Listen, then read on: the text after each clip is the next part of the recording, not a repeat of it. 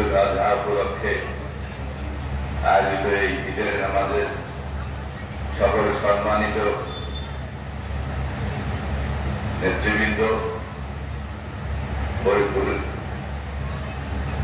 জেলা প্রশাসক, police super সহ ফরিদপুরবাসীকে ফরিদপুর জেলা আওয়ামী লীগের পক্ষ থেকে ঈদের শুভেচ্ছা জানাচ্ছি এবং আপনারা সকলেই আপনাদের সকলের জন্য দীর্ঘায়ু এবং সুস্বাস্থ্য কামনা করি। আপনারাও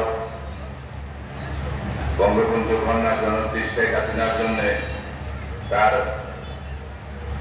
সুস্বাস্থ্য ও দীর্ঘায়ু কামনা করবেন, যেন উনি আগামী 5 বছর এই দেশটাকে সঠিকভাবে পরিচালনা করতে পারে, বাঙালি জাতির ভাগ্য পরিবর্তন করতে পারে, মান উন্নয়ন করতে পারে। আর আপনাদের এই কুরবানি সম্পর্কে আমাদের ইমাম সাহেব তার বক্তব্যের সমস্ত কিছুই বলেছেন, আমার আর কিছু বলার নাই।